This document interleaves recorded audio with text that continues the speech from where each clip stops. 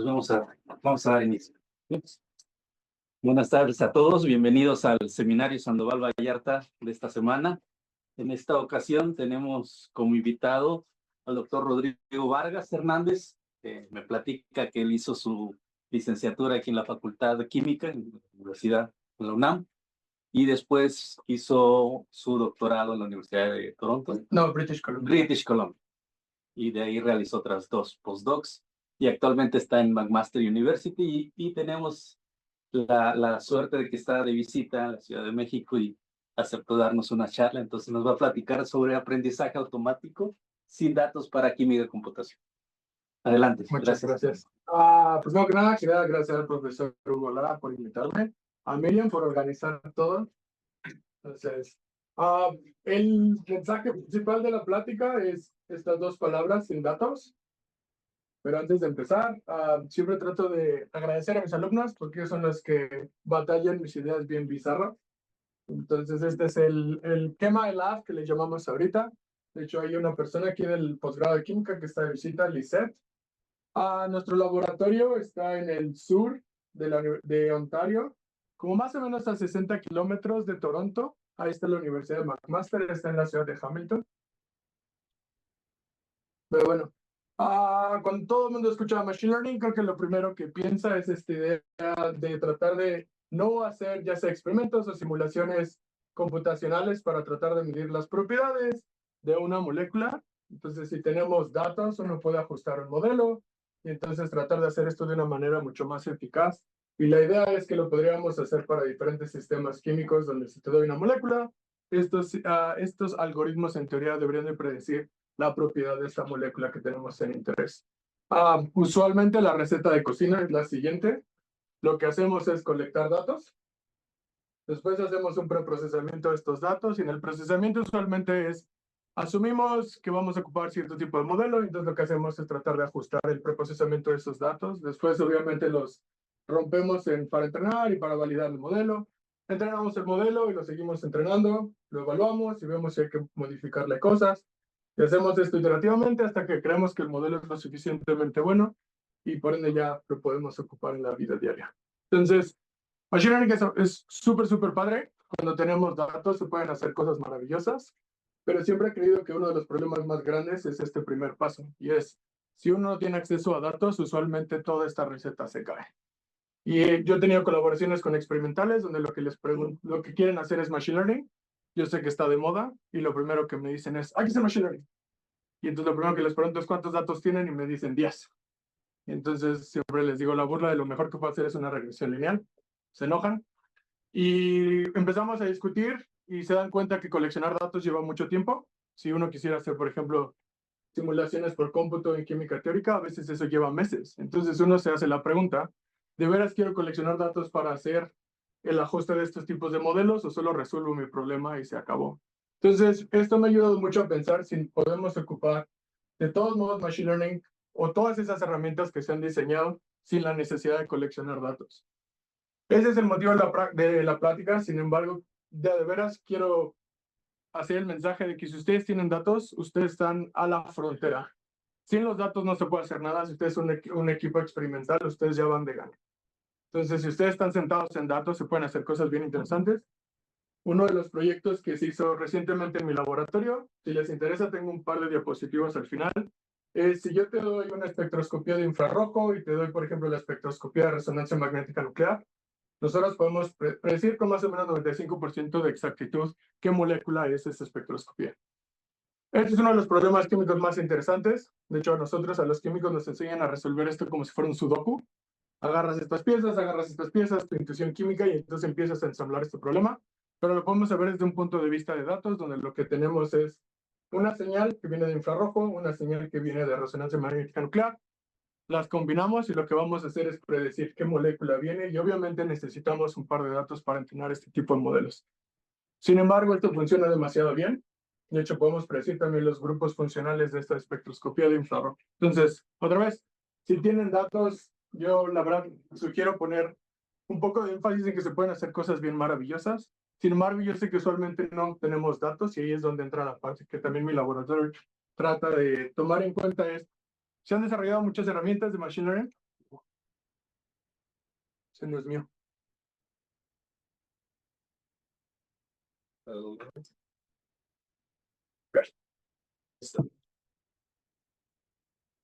preguntar? Sí, claro. ¿Y qué tantos datos requieres para hacer este tipo de... Este tipo de modelo lo entrenamos con 6,000 datos y prácticamente con 6,000 moléculas. Prácticamente fue levantar esta parte. Esta parte lo hicimos con unos modelos de lenguaje donde yo te doy, en lugar de representar la resonancia magnética nuclear con picos, que no me gusta, tienes el texto, lo metes en un chat GPT y te da un vector. Entonces ese vector ya tiene una representación numérica de lo que es ese espectro y entonces ya lo podemos hacer como una representación de esa molécula, por así decirlo. Obviamente, entre más datos, mejor. Esa ha sido la triste historia de Machine Learning en este tipo de cosas, pero nosotros logramos levantar esto con 6,000 moléculas. Si tienen preguntas, por favor. Ok, entonces, este es el outline de la plática. Un poco la idea que empecé a tratar de poner en mi grupo, que es la idea de que al final Machine Learning ha desarrollado unas herramientas impresionantes sobre optimización y creo que esas herramientas se pueden reutilizar en química computacional y eso es a lo que yo le llamo el Old Big Picture de Rodrigo. Eso es lo que yo traté de vender en McMaster University cuando me dieron la plaza. Y la idea ahorita es tratar de empujar todo esto, pero siempre y cuando teniendo en cuenta hasta qué punto podemos no depender de datos. Y esos son los 3 trabajos que les voy a comentar hoy. Bueno, usualmente la gente ve Machine Learning y lo tiene muy desacoplado a cómo se hace química computacional o física computacional.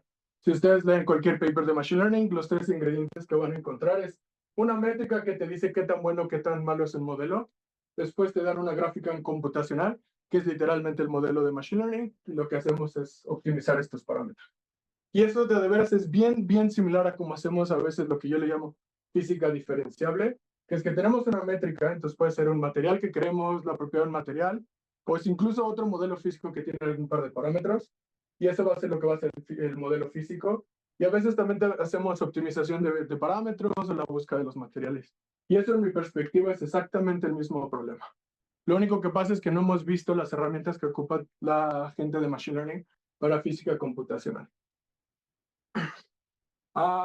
Hace un par de años me encontré con este paper y ha sido uno de mis favoritos. Schmidt-Hoover es uno de los padres que fundó Deep Learning y en 1990 propuso este paper que dice, hagamos el mundo diferenciable. Y la verdad es uno de los papers que más me ha fascinado leer. Y en sus conclusiones tiene un par de líneas que son bien interesantes, que dice que lo que uno debería tratar de hacer es generar herramientas en las cuales pueda calcular el gradiente de una gráfica computacional de manera automática. Entonces, usualmente hacemos muchos gradientes, pero todo eso viene de una manera analítica o semi-numérica. Pero lo que Schmidt-Hoover trataba de proponer en 1990 es que deberíamos hacerlo de manera automática, ocupando la ventaja que es una gráfica computacional. Y esto dio inicios a una de mis herramientas favoritas de Machine Learning, que se llama diferencia programacional. Y la idea de diferencia programacional es, nosotros vamos a automatizar la regla de la cadena. Así sencillamente. Entonces, uno puede tener, por ejemplo, un modelo de fuerzas o un método computacional. Lo que tenemos aquí es un par de operaciones, por ejemplo, multiplicación, cosenos y sumas. Y lo que uno puede querer es el gradiente de esta función con respecto a sus argumentos A y B. Y para eso lo que tenemos que hacer usualmente es ya sea manita, resolvemos la regla de la cadena y lo ponemos en un programa, o hacemos diferencias finitas, asumiendo que vamos a tener un par de error numérico. Pero hay una manera de hacer esto de manera automática y es tomando en cuenta que nosotros ya sabemos las derivadas de estas operaciones elementales. Entonces, este es uno de los ingredientes que más me gusta de Machine Learning, donde yo le puedo dar esta función y lo que las herramientas generan es la regla de la cadena, pero en lugar de hacerla de los argumentos a la salida de la función, la vamos a hacer de la salida de la función a los argumentos. Y la ventaja de esto es que yo solo necesito una evaluación para construir el jacobiano completo. En lugar de 2 evaluaciones, si hago la regla de la cadena de los argumentos.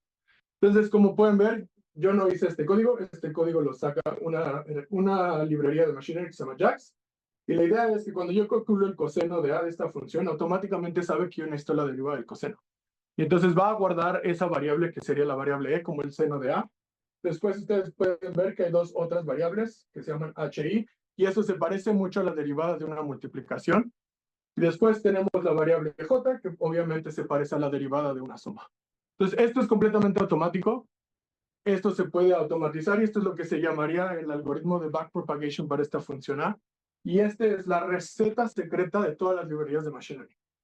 La razón por la que podemos entrenar cualquier red neuronal en una de estas librerías es porque la gente de ciencias de la computación se sentó a crear estas herramientas lo más robustamente posible para que cualquier función que yo pueda programar como una gráfica computacional le pueda sacar el gradiente de manera automática.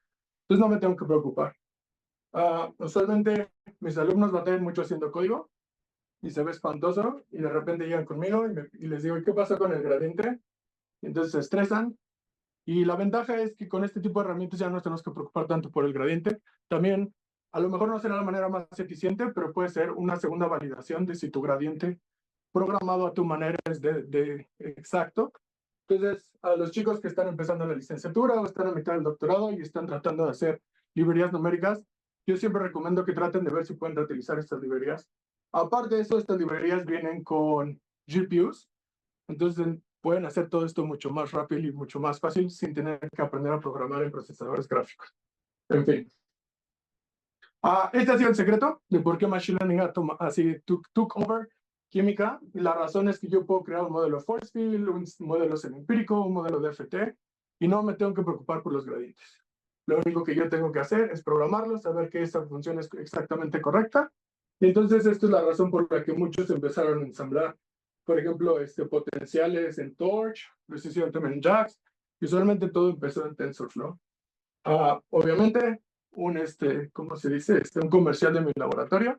Nosotros acabamos de sacar una librería para energías de potenciales en JAX y Rust. Y uno de los métodos más comunes es polinomios invariantes ante permutaciones de los átomos. Esto se conoce desde hace 2 décadas. Es súper común. De hecho, es uno de los algoritmos mucho más exactos para teoría de colisiones de moléculas. El problema era que toda esta parte estaba en Fortran y toda esta parte estaba en los algoritmos nuevos de Machine Learning en Python. Entonces eran como 2 mundos completamente divididos. Lo que decidimos hacer en mi laboratorio es pasar esta representación polinomial ya sea en JAX o en Rust, y por ende ya es diferenciable y simplemente se puede acoplar ya sea a redes neuronales o procesos gaussianos. Y tenemos funciones de simetría para varios tipos de moléculas, por ejemplo, ozono, tenemos metano, tenemos amonía. Y una de las cosas que vamos a hacer es lo vamos a extender a teoría de muchos cuerpos. Pero la idea era, esto se conoce, pero estas ecuaciones estaban en lo que yo le llamo código viejo que no es compatible directamente con las librerías de Machine Learning. Lo que tratamos de hacer es ponerlo en esta nueva infraestructura.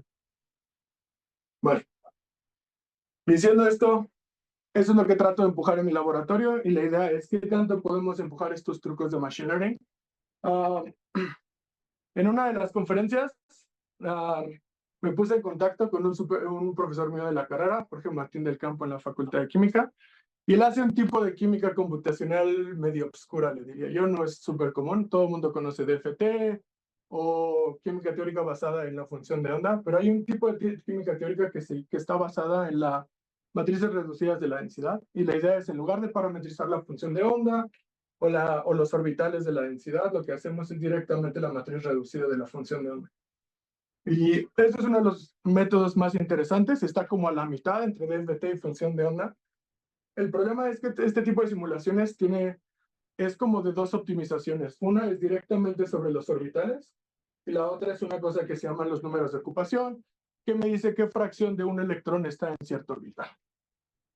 Yo no conocía esto, nunca lo había escuchado hasta que me puse en contacto con Jorge Martín del Campo, y tratando de aprender, hay una cosa que me impresionó mucho, y es que una de las variables a optimizar son los números de ocupación, y tienen de hecho esta ecuación, donde lo que pasa es que la suma de esos números de ocupación te tiene que dar el número de electrones.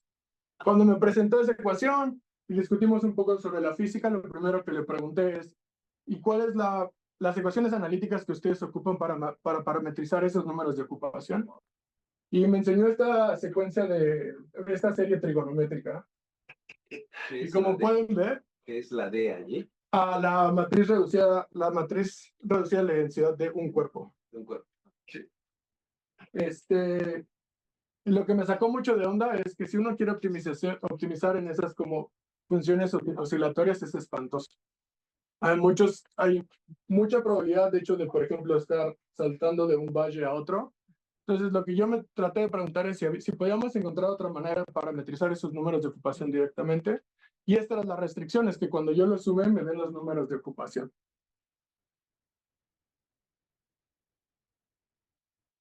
Entonces, esto se resolvió ya en Machine Learning de una manera bien interesante.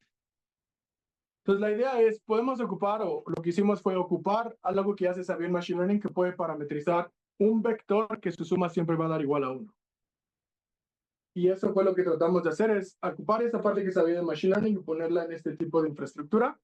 Pero lo que hicimos es masajear un poco la operación, y lo que hicimos fue, en lugar de buscar directamente los números de ocupación, lo que hicimos es moverla al espacio de probabilidades. ¿Qué probabilidad tienes tú de estar en ese orbital? Pero desde el punto de vista de ingenieril de una función, si uno toma el dataset de estas moléculas, son 17, y lo que uno saca es cuáles son los números de ocupación, lo que se encuentra es que es este histograma, donde la mayoría tienen valores a 0 y la mayoría tienen valores a 1, y unos cuantos por ahí de la mitad. Entonces, si yo quiero diseñar una función que esté entre 0 y 1, y tenga un soporte mucho más grande en 0 y en 1, eso no pasa en las funciones trigonométricas. Las funciones trigonométricas lo que pasa es que oscilan demasiado. Y lo que nosotros queremos es encontrar una función en la cual yo te pueda dar cualquier número y la salida sea entre 0 y 1, pero tenga una región mucho más grande en 0 y 1, porque esos son los puntos muchos más importantes. Sí, pero allí me estoy imaginando, por ejemplo, en la función de distribución de Fermi, el Dirac, y la de Bose-Einstein o la maxwelliana. Aquí no veo ese comportamiento. ¿Para qué tipo de partícula, digamos? Electrones. Pero para electrones no tienen la función de distribución de Fermi-Dirac, digamos que te... No, porque aquí lo que estás tratando de decir es que en esta lo que nosotros tratamos de decir es, este número me dice a este orbital qué fracción le toca. La segunda matriz reducida de densidad ya satisface las restricciones de los fermions.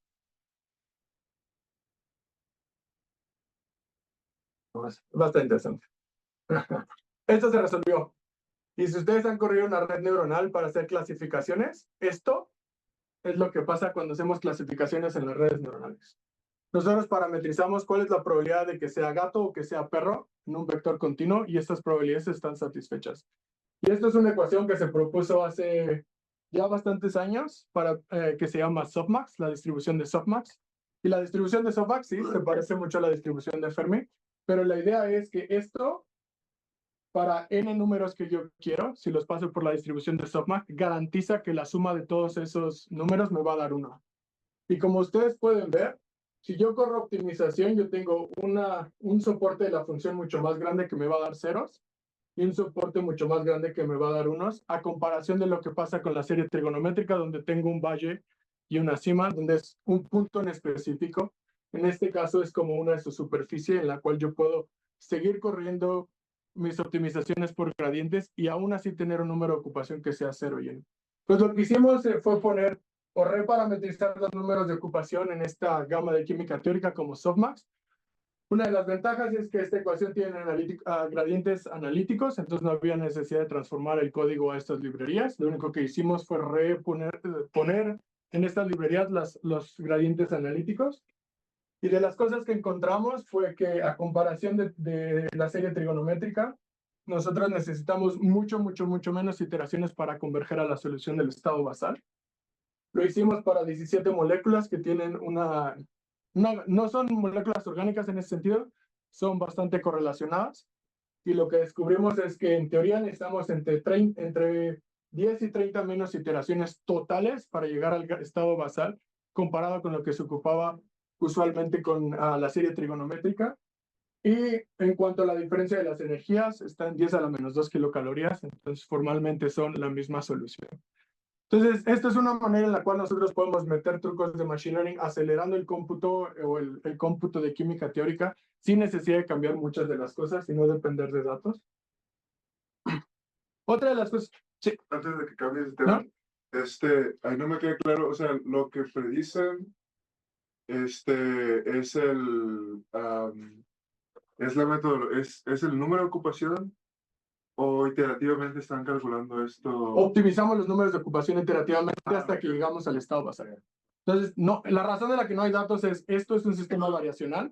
En ese sistema variacional le puedo correr cualquier optimización y está garantizado que no va a haber un valor mínimo. La idea es, si nosotros ocupamos la serie trigonométrica, desde el punto de vista de optimización, eso se ve así. Entonces tienes que tener un gradiente muy pequeño para no estar saltando de un lugar a otro. Mientras que en este sentido, yo puedo correr el gradiente y sigo estando en esta zona donde el número de ocupación va a ser 0 o va a ser 1. Entonces, lo que hace uno es enflacar esa zona en la cual yo estoy corriendo el gradiente para asegurarme que si tiene que ser 1, no va a estar afectando al otro. Mientras que si hacemos el gradiente aquí, y yo quiero que parametrice 1, en cuanto me mueva tantito, eso se va a mover. Y la otra parte es que hay muchas zonas con los mismos números. ¿Qué te asegura de que se vaya al estado base, digamos, el proceso? Y no que, Es variacional. pero no, si es variacional, entonces no es el exacto, ¿no? Sino tienes ahí una... Depende del nivel de teoría. En el sentido de nivel de teoría, en estas cosas sería la parametrización que hacemos nosotros de la matriz reducida a la densidad. Es igual que en DFT, por así decirlo. Dado el funcional que usted me dé, va a ser como el nivel de exactitud. Hay diferentes números de teoría aquí. Entonces, lo que se hace es, si nosotros esto se parametriza, es solo dependiente de los números de ocupación. Entonces, eso garantiza que sea variacional. Que sea el mejor valor, eso va a depender de qué aproximación. Y la idea de este tipo de química teórica es no hacer función de base, que es función de onda, que es demasiado cara. A final de cuentas vas a tener una función base de orbitales para expresarlos y tus poblaciones van a depender de ese conjunto base. Sí, eso es literalmente esto. Esto es válido solo para un conjunto base bien definido. De otra manera, si lo cambias, cambia todo. Exacto, pero es lo mismo que si yo agarrara la serie trigonométrica. Lo único que yo estoy tratando de argumentar es, si uno quiere hacer optimización en esta serie trigonométrica, pues lo que encontramos es que nosotros vamos a necesitar prácticamente entre 30 veces más iteraciones para converger a ese estado basal. O sea, si quieres una descripción exacta, tienes que aumentar el conjunto base. No en este caso, porque son orbitales naturales. Entonces, todo esto está dado hasta la función, las funciones atómicas que ocupemos. Obviamente se ocupan más de las que se necesitan. Sí, pero esas las puedes extender hasta infinito. O sea, los orbitales moleculares están en términos de atómicos y los atómicos en gaussianos que pueden ser millones. Sí, sí. Ok. La segunda parte que tratamos de hacer un poco en el laboratorio y uno de los trabajos que es como muy explorativo es esta idea de aprender funciones. En uno de mis cursos tuve que dar a los chicos introducción a Machine Learning y usualmente lo que uno hace es jugar con estos demos de cómo se hace una clasificación, donde lo que hace uno es poner la red neuronal y siempre ocupamos la misma función de error. Y lo que tratamos de hacer es, dependiendo el tipo de dataset que ocupa, es la función que se aprende. Y usualmente nos lo enseñan más como a buscar parámetros en lugar de aprender funciones. Pero formalmente lo único que cambia de aquí es el dataset que estamos tratando de ajustar. La red neuronal no cambia, la función de error no cambia, el procedimiento de optimización no cambia. Lo único que está cambiando drásticamente es estos datasets que queremos aprender esa función. Y eso se parece mucho a, por ejemplo, los cálculos de DFT, donde lo que tenemos es el mismo funcional para todas las moléculas, pero lo único que cambia es la energía potencial dada a los núcleos, dependiendo de la molécula. Entonces, lo que uno hace es tratar de encontrar funciones, y lo que nosotros quisimos hacer es ver esta manera en donde si en lugar de parametrizar con mallas gaussianas o lo que usualmente se ocupa, es si podemos poner un algoritmo de Machine Learning directamente que parametrice esa función. Entonces, la manera, para el framework que lo hicimos es DFT sin orbitales, en donde no buscamos una representación ortogonal de orbitales, sino directamente la función de densidad de la molécula. Y si uno abre un libro, lo primero que se encuentra es que DFT sin orbitales es homólogo a esta ecuación de optimización, donde lo que tenemos es el funcional de energía global, que obviamente tiene la energía cinética, la energía de Coulomb, la energía de repulsión entre el electrón y el núcleo y el intercambio y correlación. Y hay un pegostre ahí que es como un factor de lagrangiano, que lo que dice es que la integral de esta solución o de esta función que estoy buscando tiene que ser igual al número de los electrones. Entonces, una cosa es la física, que yo le diría esa parte del funcional de la energía, y la otra parte es, otra vez, el proceso de optimización y cómo estoy parametrizando yo mi solución. Entonces, usualmente lo que la gente hacía es parametrizar esto como funciones de Fermi, como decía uno de los profesores de aquí, donde lo que yo tengo es una función y tengo mi función de partición, y yo me voy a averiguar a ver cómo puedo normalizar esa función de partición, o tengo una función cuadrada, y usualmente lo que se ocupaban era mallas o combinación de gaussianas. Pero este problema de DFT sin orbitales se hizo homólogo simplemente porque no sabíamos cómo parametrizar desde el punto de vista de una función que siempre me garantice la normalización. Y ese es el punto. Si yo pudiera crear una familia de funciones en las cuales siempre garantiza normalización, yo no necesito este pegoste. Yo no necesito calcular esta parte porque el proceso de optimización siempre me va a garantizar que yo pueda hacer esta optimización.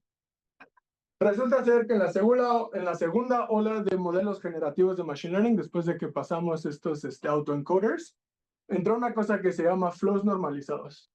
Los flows normalizados es una idea que se conocía desde hace mucho, basada en la fórmula de cambio de variable entre dos distribuciones, donde si yo tengo una distribución base, yo la puedo cambiar a una distribución target siempre y cuando yo conozca este término que es el cambio de volumen. Y ese cambio de volumen simplemente está dado por esta función t, que lo que hace es que me dice cómo cambia uno de los puntos de la función base a la otra función que estoy buscando. Obviamente, si conozco esa función t, entonces yo puedo parametrizar esto. Entonces, desde el punto de vista de Machine Learning, esto está súper interesante porque si yo puedo encontrar diferentes parametrizaciones para esa función t, yo puedo entonces garantizar que siempre voy a tener una función que garantice mi normalización, porque la estoy haciendo a través de esta fórmula de cambio de variable. Entonces, hay un par de restricciones en este tipo de modelos. La función t tiene que ser biyectiva, invertible y obviamente diferenciable. Cuando me refiero a diferenciable, no solo es obviamente con respecto al argumento de esta función, sino con respecto a los parámetros, porque no la conozco, entonces la tengo que ajustar de cierta manera. Y la segunda restricción es la función base, lo cual yo tengo que garantizar que puedo generar muestras de ella. El cómputo de su densidad tiene que ser bastante eficiente y tiene que ser diferenciable. Cuando me refiero a diferenciable es que yo tengo que saber cuál es el valor del gradiente de la densidad a cierto punto. La primera gama de familias es algo que se le conoce como flows normalizables en tiempo discreto, donde lo que se hace para parametrizar el cambio, por ejemplo, de esta función bien sencilla a esta mucho más complicada, es una secuencia de transformaciones que siempre son la misma. Entonces yo tomo un punto de esta función, le aplico mi función t de phi, llego a z1 y vuelvo a agarrar esa función y se la aplico k veces, con el objetivo de que cuando lo haga k veces voy a poder llegar a una representación de densidad un poco más compleja. Y esto simula mucho cómo se hace integración por Euler, donde yo para llegar de A a B yo hice k pasos en tiempo discreto. Pues obviamente lo que se hizo después fue pasar esto a un modelo de tiempo continuo, donde en lugar de tener una integración de Euler en tiempo discreto, lo podemos ver como un sistema de ecuaciones diferenciables, donde lo que va a pasar es que la evolución del tiempo me va a decir el cambio entre mi función base y mi función target que quiero. Y una de las cosas maravillosas con este framework es que lo que podemos hacer es también acoplar cuánto cambia la densidad. Entonces yo puedo saber cuánto va a cambiar la densidad cuando haga esta simulación. Y una tercera ecuación también me puede decir cuánto cambia el gradiente del logaritmo de esa densidad. Entonces, obviamente lo que necesitamos saber es, bueno, cómo vamos a encontrar esta función g de phi que me dice el cambio entre z y x, y ahí es donde entran las redes neuronales. Entonces, yo puedo poner en una ecuación de ordinaria diferencial, una red neuronal que me dice el cambio sobre tiempo, el vector field. La idea es también se pueden entrenar, entonces lo que voy a hacer es que esa función que me transforma de z a x está dada por una ecuación diferencial. Las ecuaciones diferenciales son invertibles, yo la puedo correr en tiempo, en reversa, y lo que me va a hacer es que entonces satisface todas mis restricciones que yo necesitaba para esa función de teta. Entonces lo que hicimos fue poner este tipo de algoritmos para parametrizar densidades electrónicas. En el caso de sin orbitales, lo que hicimos fue un truco extra. Para moléculas, ellas se integran al número de electrones, no a uno, entonces le pusimos un pegostre que es el número de electrones. Entonces, esto siempre va a garantizar que no importa cómo manipule yo este modelo de densidad, siempre va a garantizar la normalización. Aquí es donde entra el segundo truco que está bastante interesante. Usualmente en química teórica usamos mallas, y las mallas son súper caras y escalan espantosamente porque en cuanto yo agrego un átomo, hay 20,000 puntos extra. Entonces, si yo quisiera hacer la optimización así usando mallas, Lo que yo pasaría es que tendría que hacer el gradiente de este integrando o del funcional para 25,000, 30,000 puntos. Y eso es una cosa que no costea, aunque tengamos GPUs gigantes. Pero podemos poner un truco de probabilidad estadística que se llama el truco de reparametrización. Entonces, en el caso de DFT sin orbitales, esto asemeja mucho lo que parece el valor esperado del integrando con respecto a esta función. Esta función tiene todas las características de una distribución de probabilidad. Yo puedo samplear, yo la puedo. El problema es que no la conozco. Entonces, tratar de calcular este valor esperado y, aparte de eso, tratar de reoptimizar esto no tiene sentido, porque no la conozco. Ese es el objetivo de DFT sin orbitales. Sin embargo, nosotros podemos poner el truco de reparametrización. Yo sé cómo cambiar un punto de mi función base a la función que estoy buscando. Eso es lo que hace la ecuación diferencial ordinaria. Entonces, lo que yo puedo hacer es exactamente calcular ese valor esperado, pero ahora en función a las muestras que yo estoy generando de mi función base. Y ese mismo truco aplica para los gradientes que voy a necesitar, literalmente para optimizar la energía. Entonces, yo puedo construir un valor esperado a la Monte Carlo de estos funcionales de energía, y lo único que tengo que hacer es samplear mi función base con el punto su densidad y lo que le llaman el score, correr hacia adelante mis ecuaciones diferenciales y eso me va a generar X, el logaritmo de la densidad molecular y el score function de la densidad molecular. Y esos son todos los requisitos que se necesitan para evaluar un funcional de DFT, prácticamente. Entonces yo puedo correr esto y entonces puedo empezar a optimizar. Y eso fue lo que hicimos. La primera parte lo hicimos para una diatómica en una dimensión. Hay varios papers que presentan todos los funcionales que se pueden hacer. Entonces lo que hicimos fue, si yo te doy una función base, que está centrada completamente fuera de donde están los núcleos que tenemos que parametrizar. Lo que yo quiero encontrar es la función de densidad aquí a través de minimizar la energía. Entonces,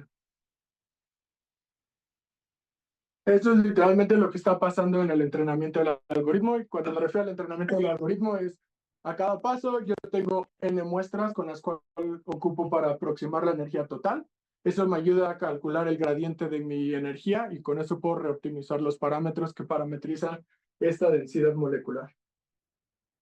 Lo hicimos, la red neuronal está un poco grande, pero eran tres capas, 512 neuronas cada uno. Y lo que podemos hacer es que esta red neuronal así puede servir para entrenar 3 diferentes moléculas. Cuando me refiero a 3 diferentes moléculas, es obviamente el funcional es diferente. Una es donde están súper lejos, otras es donde están súper cerca y otras es lo que sería como la región del enlace mínimo. Y al final, después de como 200 iteraciones, uno ve que no hay cambio en la densidad.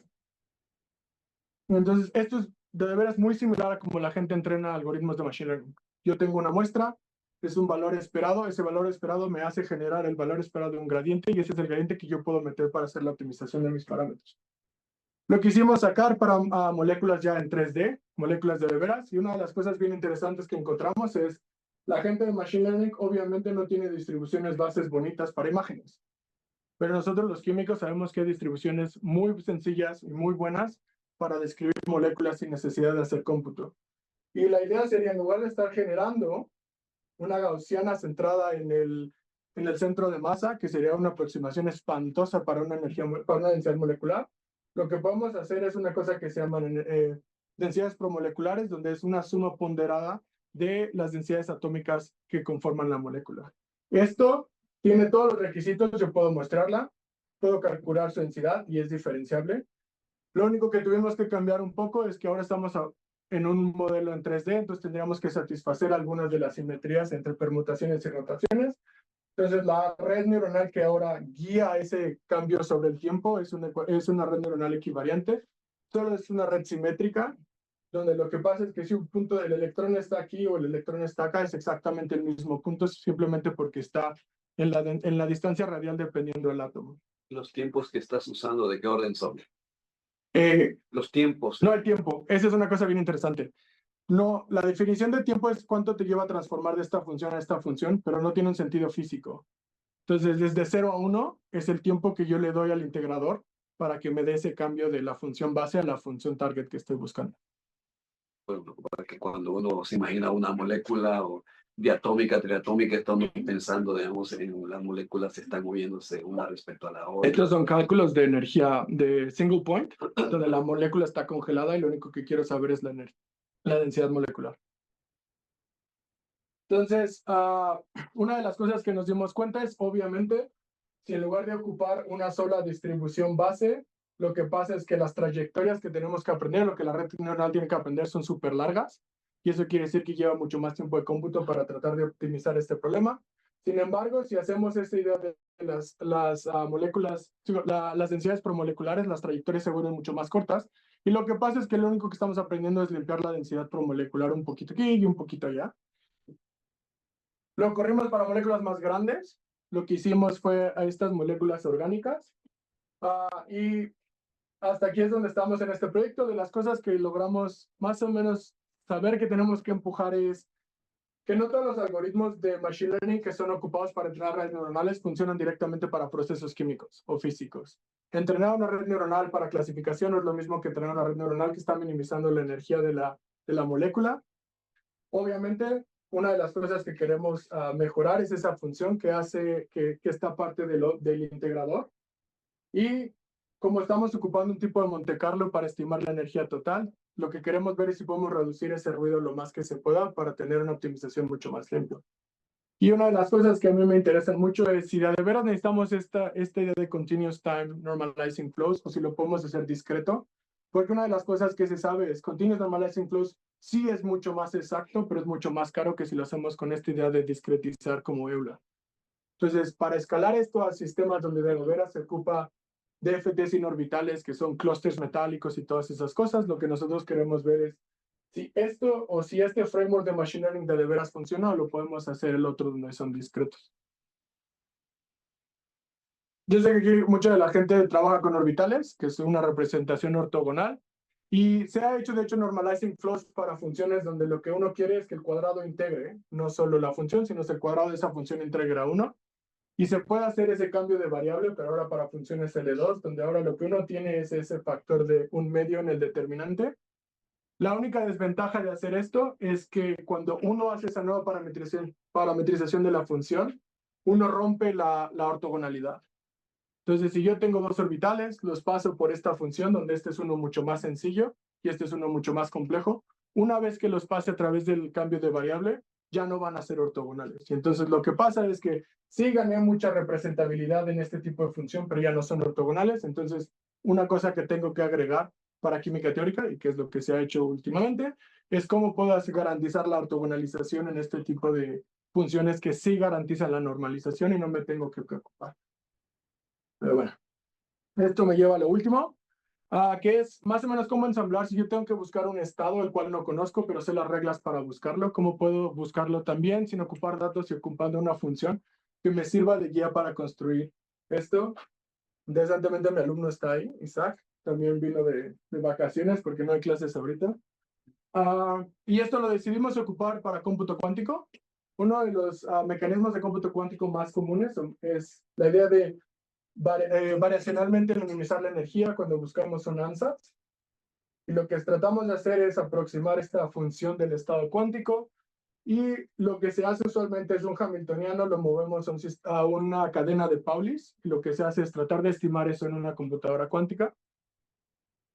Eso lo que lleva es una cosa que se llama el problema de mediciones. Como todo esto es en una computadora cuántica, tenemos que hacer mucha estadística para tener un valor exacto. Y eso es a lo que se llama el problema de mediciones. Otra cosa que se hizo y hemos hecho es, de hecho, reoptimizar esto clásicamente con gradientes, ocupando otra vez diferenciación programacional. Pero ese no es tema de hoy. Lo que me voy a concentrar es en el measurement problem. Y lo que queremos nosotros es ver si todas estas herramientas de Machine Learning que se han desarrollado nos pueden ayudar para mejorar esa idea del problema de mediciones en cómputo cuántico. Entonces, el problema de mediciones, lo que pasa es que tenemos de un hamiltoniano, lo representamos a una cadena de Paulis. Por ejemplo, este es el hamiltoniano para la molécula de hidrógeno. Si no me equivoco, son 14 términos. Y después lo que se hace es un agrupamiento de estas cadenas de Pauli. Entonces, hay dos sabores.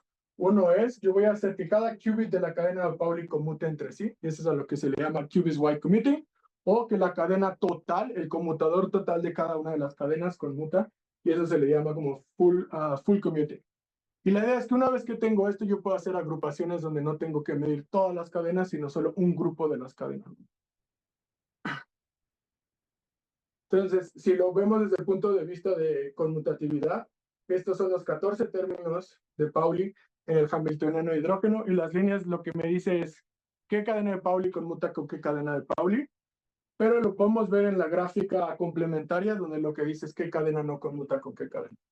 Entonces, cuando uno trata de hacer esto, lo que se ha propuesto es, vamos a tratar de colorear esta gráfica, y sí, es un problema bastante complicado. Entonces, la idea es, si yo quiero resolver el minimum click cover, o si yo quiero resolver el coloring probe. Y la idea es, si podemos resolver esto de una manera un poco más eficiente para este tipo de problemas, eso lo que va a ayudar es que yo no tengo que hacer muchísimas mediciones.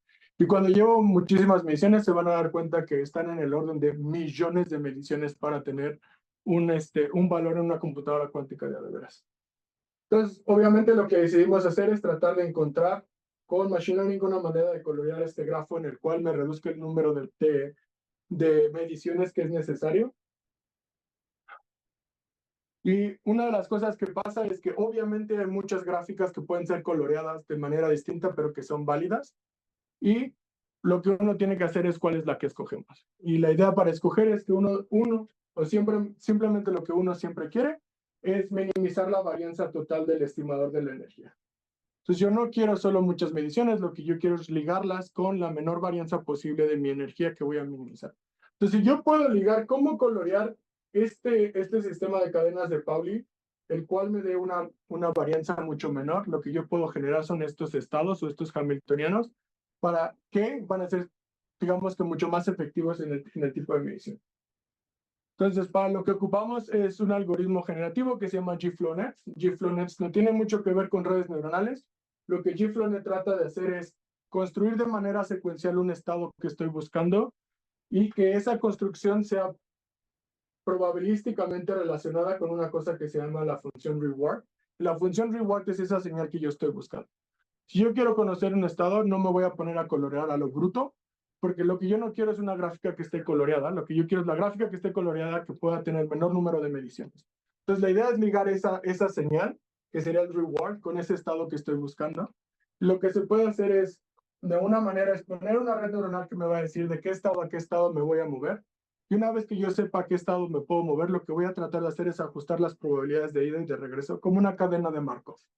Entonces, la cadena de Markov, y lo que vamos a hacer es ajustar la probabilidad de los nodos, que son de los papás a los hijos, y de reversa de los hijos a los papás, para que podamos tener un modelo probabilístico. En este caso, lo que ocupamos, como lo que nosotros queremos es el número de mediciones, es 1 sobre el número de mediciones, porque ahí es cuando la función reward es máxima. Y quisimos meter un penalizador, porque lo que no queremos es que tengamos muchísimos colores, porque eso no sirve de nada. Entre menos número de colores, en teoría va a ser mucho más eficiente. Y lambda 0 simplemente es un hiperparámetro porque el número de mediciones está por el orden de millones, entonces son demasiados. Pero bueno, ¿cómo funciona esto? Nosotros empezamos con una gráfica sin colorear y el primer estado de acción es poner un color a un nodo. Entonces puede ser color rojo, puede ser color azul. Después tomamos este estado y lo que vamos a hacer es colorear el siguiente nodo. Entonces puede ser rojo, azul o puede ser verde, dependiendo de la paleta de número de colores que escojamos nosotros. Y así lo vamos a hacer secuencialmente hasta que llegamos a un estado completamente coloreado. Y ese es al que nosotros le podemos medir cuántos números de mediciones se necesita. Obviamente va a haber un titipuchal de estados que no son buenos. Y entonces ahí es lo que entra una cosa que se llama mask. Y lo que vamos a hacer es decirle al algoritmo, si tú tienes un estado inválido en el tercer color o en el cuarto color, no me sirve que tú sigas propagando esa cadena, porque el estado final va a ser inválido. Concéntrate en los estados que te van a guiar a un estado válido al final. Entonces, lo que tenemos es un estado, la red neuronal lo que va a aprender es con qué probabilidad tengo que asociarlo con qué color. Esa probabilidad viene dada con la señal que vamos a medir al final, cuando tengamos un estado válido al cual metemos al emulador y nos dice, estos son el número de mediciones que necesitamos. Pues una de las cosas que hicimos fue para agua. Agua tiene 550 cadenas de Pauli. Y lo que hicimos fue estar optimizando. Y entonces, en cada trayectoria nos genera un estado válido. Lo que ocupamos con esa trayectoria es aprender a muestrar esa distribución.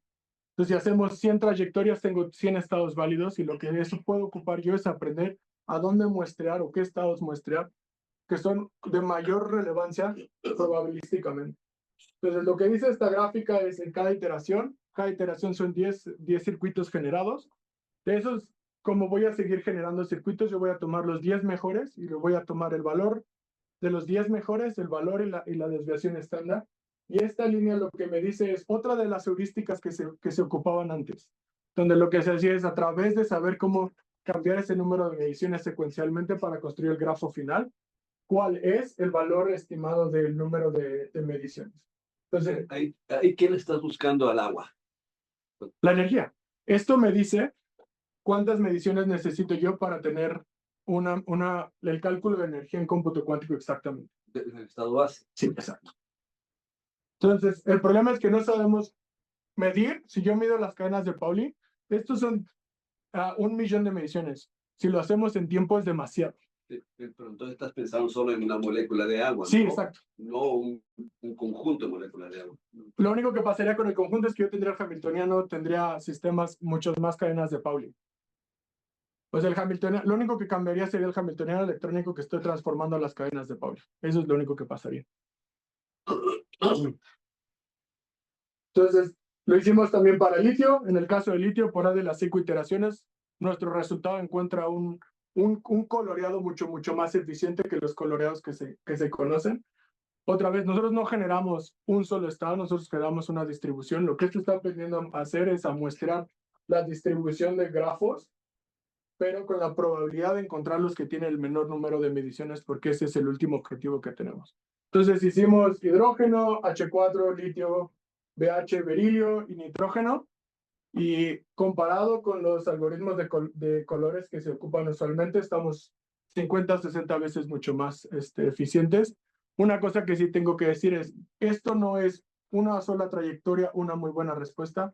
Los coloreados que se ocupan solo resuelven un problema y les da un valor. Una de las cosas que queremos trabajar es en tratar de acelerar esto, porque resulta ser que sí encontramos sistemas muy buenos, a veces con un orden de magnitud menos de mediciones, lo cual es demasiado en tiempo de cómputo para un cómputo cuántico, pero lo que pasa es que se vuelve muy caro clásicamente encontrar ese estado. Entonces hay un trade-off entre si quiero poner Machine Learning 15 horas a encontrar ese grafo para poderlo correr en cómputo cuántico, o si lo puedo resolver una sola vez con estos algoritmos un poco más eficientes, aunque no sea tan bueno. Pero, como pueden ver, los cambios minúsculos entre el grafo que encontramos y el grafo que usualmente la gente ocupa son muy pequeños, pero hay orden de magnitud en el número de mediciones que se necesita para llegar a la exactitud química en este tipo de sistemas. Entonces, esto es algo en lo que estamos trabajando. Lo que queremos ver es si podemos no esperar hasta que llegue. Sí. Todo esto está dentro del marco de referencia de Reinforcement Learning, ¿no? O... Sí, GFlow.net es muy parecido a Reinforcement Learning. Es muy parecido. La única diferencia es que en Reinforcement Learning tú te esperas hasta que llegas al reward. Lo que tú estás aprendiendo aquí es en cada paso de esa como secuencia de decisiones, es aprender la cadena de operaciones que tienes que hacer. Y aquí, de las cosas que queremos hacer es meter reward intermediario, donde lo que... Es mucho más a corto plazo en lugar de Sí. esperarte que se acabe todo el proceso. Y los gradientes, a diferencia en Reinforcement Learning, donde tienes el gradiente de Reinforce, que es espantosamente ruidoso y que por eso necesitas muchas muestras, esto es un poco más limpio. Porque al final tú tienes, en lugar de tener un 1, por así decirlo, que es el exacto en Reinforce, tú tienes un valor que en este caso sería el reward, número de mediciones menos la otra cosa.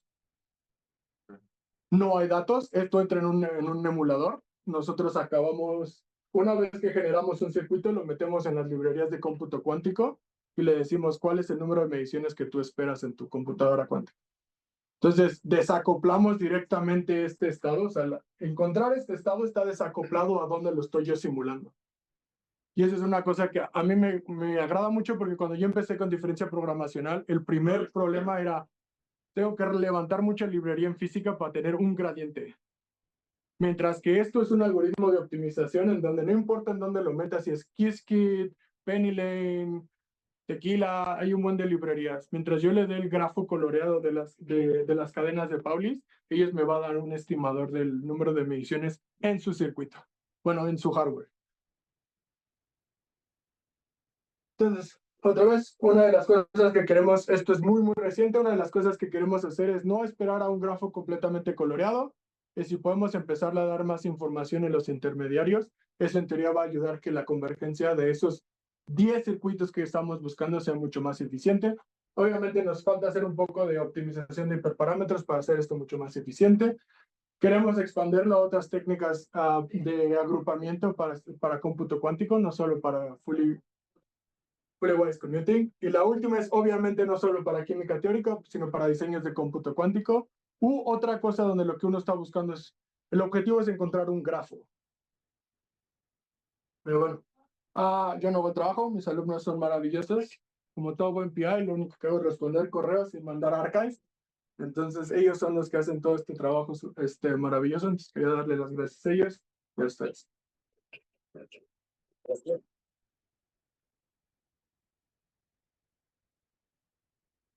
Preguntas, comentarios.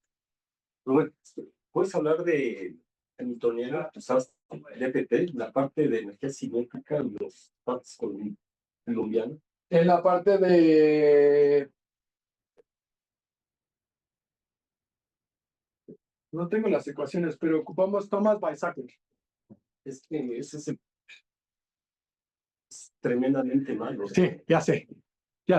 Una cosa que nos quedaba claramente es que nosotros no estamos resolviendo la exactitud del funcional. Lo único que nosotros tratamos de proponer es que la razón por la que la gente hacía optimización de DFT sin orbitales se puede hacer sin ese lagrangiano que usualmente se ocupa. Sí, es que ese es el problema de DFT, que no tienes todas las energías en términos de la densidad. Sí, y se ha hecho, de verdad, se ha hecho muy... Tienes que recurrir al gas de electrones, que no es molécula, es un gas, y entonces toda tu densidad la pierdes. Sí. Yo me iría más por el lado de orbitales en función de... Sí, y de ahí fue que este proyecto empezó porque primero queríamos hacer como Hartree-Fock sin necesidad de orbitales gaussianos, como la última diapositiva que presenté. El problema es que entras en la parte de ortonormalización y los gradientes son bien inestables. Entonces, no importa que yo pueda darte un orbital molecular precioso, así como creo que lo decía usted, como base infinita. El problema es que propagar el gradiente de una ortogonalización es muy complicado. Entonces, ahí puede haber mucho ruido numérico en lo que pasa. Otra es que si vas a llegar a un estado cuántico de máquinas cuánticas, yo iría directamente sobre la ecuación de Euler. O sea, ya olvídate de todo esto. Sí. Cuántica, que puedo resolver eso y quizá más. Entonces, pues yo me voy a la tradicional Schrödinger y trato de resolver. Y otra es, ¿por qué no das un poquito más de particularidades de tu red neuronal? ¿Cuántas neuronas, cuántas capas, etcétera? Pues de la representativa del, por ejemplo, a mí Esta es la red neuronal que ocupamos. Este es simplemente 3 capas, 64 neuronas. El input es un vector que me dice qué tipo de átomo es, la distancia del punto con respecto a los núcleos o la distancia euclidiana. En el caso de la de una dimensión, es una red neuronal estándar de tres capas, cada una con 512 y la función tangente. Y en el caso de... No son redes neuronales súper complicadas. No, era lo que decía. No son transformers, son lo que me ha llamado a mí mucho la atención en lo particular es que si uno encuentra la parametrización que quiere de una función, lo único que tiene que meter ahí es una red neuronal. Y eso fue lo que pasó en el cambio de variable para las probabilidades. Esa ecuación se conocía. Lo que no se conocía es ese cambio de ZX. Y ahí fue donde metieron redes neuronales que fueran invertibles y bla, bla, bla. Y en este caso, por aquí lo tengo. Mil disculpas. Es igual, dos capas, 512 neuronas y la función de activación. Está muy bien. Son neuronas. Sí. Y de las cosas que siempre trato de hacer con el grupo es buscar cuál es la red neuronal mucho más chiquita que podemos ocupar. Hay un trade-off. A veces las redes neuronales se entrenan mucho más rápido porque el espacio se vuelve súper lineal. Entonces, no es cierto que una red neuronal tenga siempre que ser muy chiquita. En el caso de, tenemos mucho cómputo clásico. Es una cosa que diría como vivimos en un mundo en donde hay mucho cómputo clásico. Entonces, entrenar este tipo de redes neuronales no es tan complicado. ¿Más preguntas, comentarios? Bueno, Mencionaba de que considerar, digamos, más moléculas de algo implicaría nada más aumentar el número de redes de Pauli. ¿De qué manera, digamos, las redes de Pauli están considerando las interacciones entre las mismas moléculas, por ejemplo? Me imagino que debe de estar allí metida la información de la interacción entre moléculas. Sí, el hamiltoniano de Pauli es el hamiltoniano en segunda cuantización, y lo único que se hace de aquí a acá es una transformación de Jordan-Wigner, por ejemplo. Entonces, no se hace una aproximación en el hamiltoniano. El hamiltoniano es el mismo aquí a acá, es solo un cambio de base de representación. Entonces, el hamiltoniano no me dice, es el mismo hamiltoniano que si yo fuera a resolver, por ejemplo, en un cálculo de full CI o algo así. Es prácticamente el mismo hamiltoniano. El hamiltoniano no me dice las moléculas cómo interactúan, es simplemente la energía de Coulomb, y esa es la única interacción entre electrones o entre núcleos y electrones. Entonces, aquí no hay ninguna aproximación. Si yo lo quisiera hacer para dos moléculas, es prácticamente yo tengo dos aguas y pues son 3 núcleos y los número de electrones y se acabó.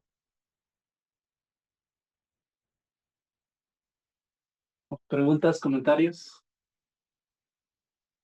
No sé si tenemos por internet. ¿En Zoom? Por Zoom tenemos alguna. Déjame abrir el chat porque he visto algo. No. No.